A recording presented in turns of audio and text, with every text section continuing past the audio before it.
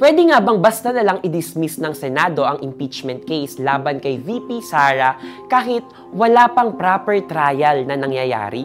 Ito kasi yung naging laman ng pahayag ni Senate President Chis Escudero noong June 25, kung saan tinanong siya if the senator judges can dismiss the case. Sagot niya, that's possible. May pinaghugutan kasi ang tanong na yon. Kung maaalala nyo, noong June 10, naghain ng motion si Senator Bato de la Rosa para i-dismiss ang impeachment case. Bagamat hindi ito naaprobahan sa plenaryo, majority naman ng mga senador ang bumoto na ibalik na lang sa House of Representatives ang impeachment case. Bakit? Gumawa rin kami ng explainer video tungkol dyan. Panoorin nyo na lang sa Rappler. Balik tayo. Pwede nga ba? Ayon sa Article 11, Section 3 of the 1987 Constitution, the sole power of the Senate is to try and decide all cases of impeachment. Walang nakalagay dito na pwedeng i-dismiss na lang ng basta ang kaso na walang ipinipresenta na ebidensya.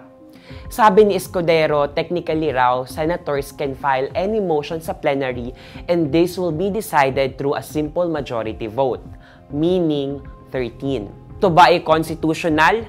Di ba't ang impeachment case ay sui generis at klaro na nakalagay sa saligang batas that the trial shall begin forthwith? Umalma ang mga senator judges sa possible scenario na ito. Sabi ni Senator Ping Lacson, it will be improper to file such motion. Hindi rin sang-ayon si Senator Risa Ontiveros sa ganitong senaryo. Unfair raw sa Senado at lalo na sa taong bayan na basta na lang skip ang proper trial. Ito ang latest na diskusyon patungkol sa impeachment trial ni VP Sara. Ako nga pala si Bons Magsambol. Patuloy kayong tumutok sa Rappler para sa aming coverage.